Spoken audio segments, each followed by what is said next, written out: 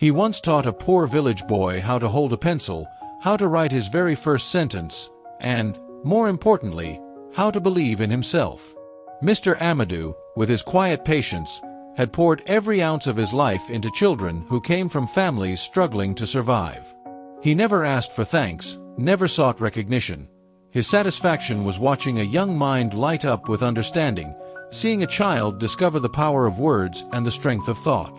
25 years later, that same man stood on a construction site in Ouagadougou, his back painfully bent, his hands trembling under the strain of lifting heavy cement bags, his worn clothes soaked with sweat and smeared with dust. Young men half his age laughed at him, mocked him, and treated him as if he had no value left in the world. It was a sweltering afternoon, the sun a burning orb hanging low in the sky, beating down relentlessly upon the red-dusted earth. Every brick, every pile of sand, every clanging steel beam seemed magnified in the oppressive heat. Dust rose in waves from the workers' boots, clinging to faces, sticking in hair, filling the air like a haze of forgotten lives. The din of construction was deafening, the clang of metal against metal, the whine of machines, and the shouted orders of foremen who relished their power. Among the chaos, Mr. Amadu struggled silently, gripping a cement bag with hands that were raw and trembling, knuckles white with strain. His body shook under the weight, each movement a testament to decades of hard work and endurance.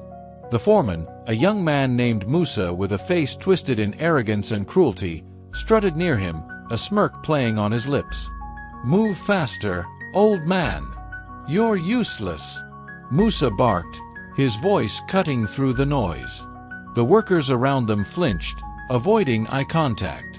They had learned long ago that stepping in was dangerous. Fear kept them silent. The words of the foreman were sharper than the sun's heat, piercing Mr. Amadu's spirit, yet he remained focused on the task, knowing that resistance would only bring more humiliation. But fate had other plans that day, weaving the strands of the past and present together. A line of sleek, black presidential vehicles appeared in the distance, dust rising in their wake. The convoy rolled to a stop a short distance from the construction site. President Ibrahim Traoré had come only for a routine inspection, intending to glance over progress reports, check schedules, and leave. He had no idea that he was about to witness a scene that would ignite memories long buried and stir emotions he had learned to control for decades. As the president stepped out of the car, his eyes immediately scanned the sight. He saw the sweat, the strain, and the effort etched into every worker's movements. But then his gaze fixed on one particular figure, and everything else faded into the background. The heat, the dust, the noise. There was an elderly man struggling under the weight of a cement bag, his body shaking, his hands coated in dust, his face etched with lines of a life that had carried far more than just this labor. The moment the president saw him, something inside him stopped. Time slowed. Memories cascaded through his mind, memories of a small, shy boy in a patched uniform, sitting in the front row, trying his best, fearful of failure yet yearning to learn. He remembered the man who had stayed after school to help him read, the man who had bought him his first notebook when his family couldn't afford it, the man who had defended him against mockery, giving him courage when he felt invisible. Those eyes, tired, worn, yet unmistakably kind, belonged to none other than Mr. Amadu. His teacher, the one who had shaped the boy into the man now standing before the nation. The foreman, oblivious to the president's presence, continued berating the old man, shoving him to correct a minor spill of cement on the ground. "You clumsy fool! Do it properly or you're out!" he shouted. The workers froze in silent horror, knowing the humiliation Mr. Amadu endured had crossed every line of decency. But before anyone could react, President Traoré took a single, measured step forward. Then another. His long strides closed the distance between him and the old man, and the foreman finally noticed the figure approaching. Shock and fear spread across his face. He had no time to react. Without a word, President Traoré knelt beside Mr. Amadu, wrapping a steady arm around his shoulders. The dust, the sweat, the trembling hands, all of it vanished into a moment that was larger than either man. "Sir, "Do you remember me?" he asked, his voice heavy with emotion. Mr. Amadu blinked through the haze, confusion etched into his face. Then recognition flickered, a spark lighting his eyes. "Ibrahim, little Ibrahim," he whispered, disbelief shaking his voice.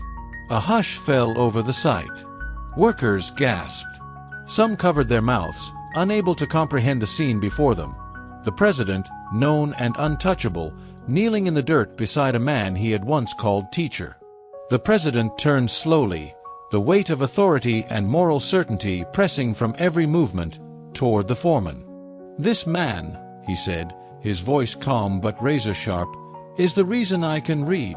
The reason I am standing here as president today. And you dared to insult him." Musa's knees buckled. His voice, once loud and commanding, faltered into silence. Within seconds, he was dismissed, fired on the spot, and his name blacklisted from all government projects, a testament to the consequences of cruelty. The site manager paled, the workers stood motionless, and the air seemed to tremble with the gravity of the moment. The president then personally escorted his teacher to the presidential clinic, ensuring every need was met: medical care, clean clothes, nourishing food, and a comfortable resting place. 2 days later, Mr. Amadu walked into the palace, standing tall with dignity restored. Guards bowed, ministers greeted him respectfully, and for the first time in years, he felt truly seen. President Traoré welcomed him warmly, saying, "Sir, you shaped the child I was. Now I want you to help shape the future of this nation.